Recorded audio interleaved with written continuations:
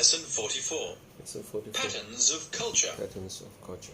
First listen and then answer the following question. What influences us from the moment of birth?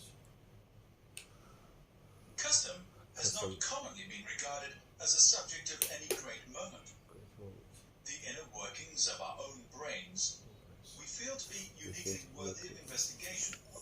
But custom, we have a way of thinking, is behavior at its most commonplace.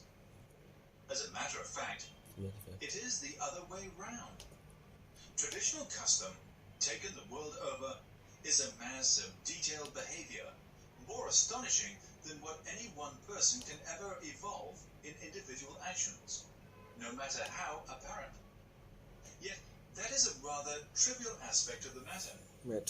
The fact of first-rate importance is the predominant role that custom plays in experience and in belief, and the very great varieties it may manifest. No man ever looks at the world with pristine eyes. He sees it edited by a definite set of customs and institutions and ways of thinking.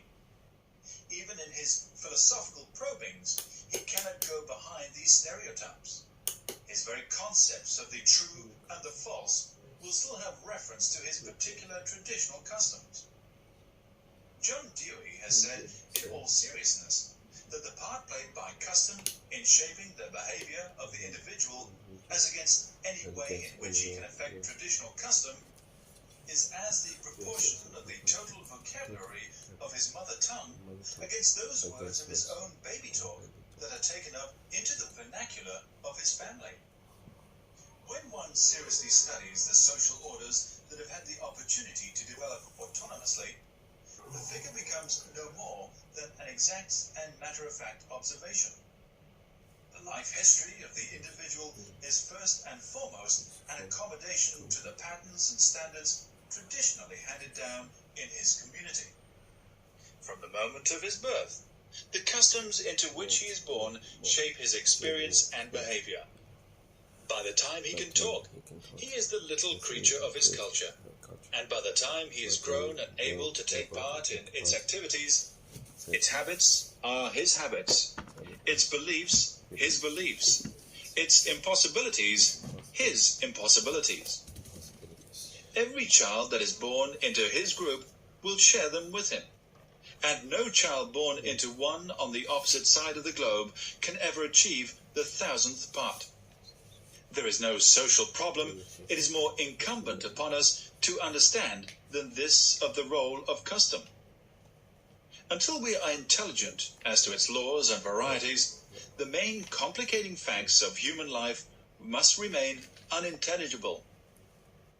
The study of custom can be profitable only after certain preliminary propositions have been accepted, and some of these propositions have been violently opposed. In the first place, any scientific study requires that there be no preferential weighting of one or another of the items in the series it selects for its consideration.